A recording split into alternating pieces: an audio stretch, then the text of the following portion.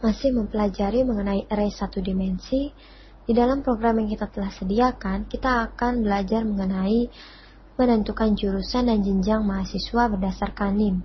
Pada program yang kita telah sediakan ini, selain kita menggunakan header stdio dan conio, kita juga akan menggunakan header string .h.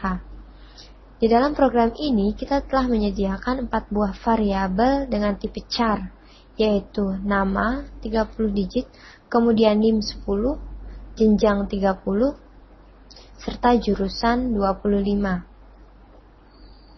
Kemudian, setiap user yang menggunakan program di sini akan diminta untuk memasukkan nama dengan perintah seperti ini dan memasukkan NIM seperti ini. Kemudian, jurusan dan jenjang dari mahasiswa ditentukan atau bisa dilihat dari NIM-nya. Di sini kita telah menyediakan sebuah NIM. Setiap NIM ini memiliki arti dari digitnya. Bisa kita lihat di sini, 2 digit pertama menentukan tahun dia masuk, 2 digit selanjutnya yaitu menentukan jurusannya, 2 digit selanjutnya yaitu menentukan jenjang, dan 4 digit di sini terakhir merupakan urutan dari mahasiswa yang masuk. Kita perhatikan di sini. Di sini merupakan array satu dimensi. Setiap elemen array diawali dengan nilai 0. Karena di sini ada 10 nilai, maka elemen array di sini yang terakhir merupakan elemen yang ke-9. Jika kita akan menentukan jurusan di sini, maka kita akan melihat elemen yang ke-3 di sini. Elemen yang ketiga yaitu 22 di sini. Elemen yang ketiga sebanyak 2. Kita bisa melihatnya di sini. Untuk lebih jelasnya, kita akan melihat program yang telah dibuat untuk menentukan jurusan. Kita menggunakan yaitu perintah switch case. Switch di sini untuk mengambil NIM yang indeks kedua, yaitu dimulai dari 2 di sini. Kemudian case pertama artinya jika dia 1, indeks yang kedua jika dia 1 nilainya, maka dia akan mencetak teknik informatika.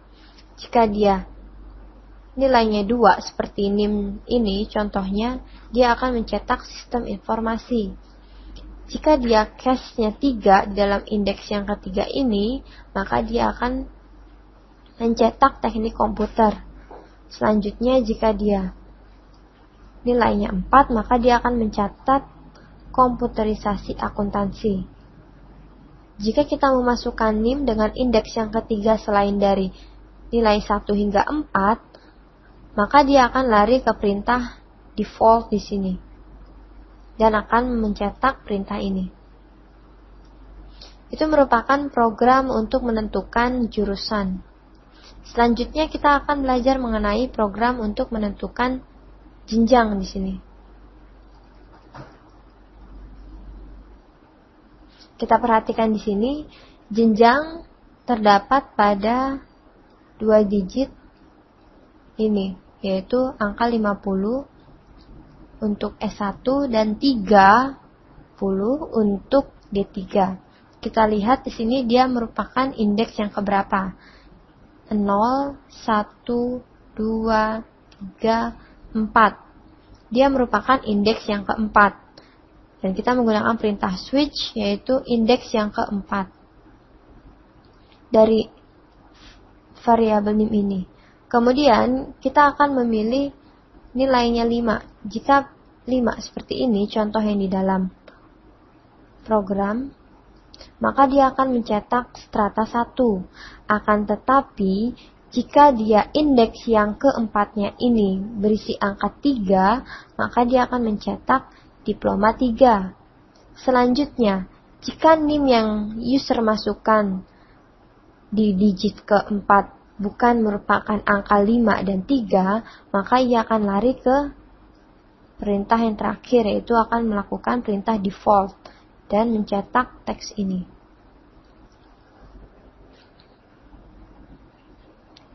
Setelah itu, kita akan melakukan tampilan dari program yang telah kita input di sini.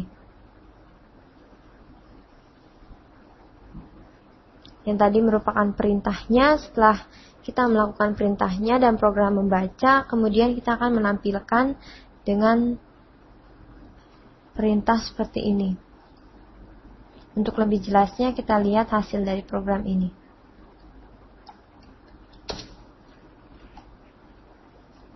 Kita diminta untuk memasukkan nama,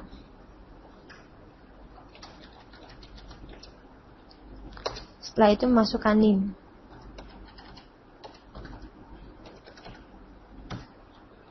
Kita akan lihat hasilnya.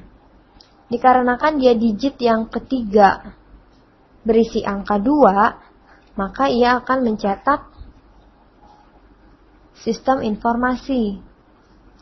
Kemudian digit yang keempat, di sini dia mencetak angka 3, maka dia akan mencetak diploma 3. Selanjutnya kita akan mencoba untuk menginput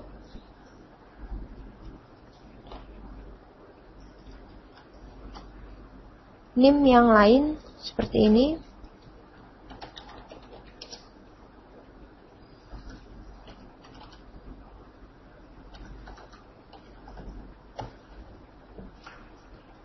Dikarenakan indeks yang ketiga di sini 1, maka dia akan mencetak teknik informatika, dan indeks yang keempat di sini 5, maka dia akan mencetak strata 1. Demikian mengenai array 1 dimensi untuk menentukan jenjang dan jurusan. Terima kasih.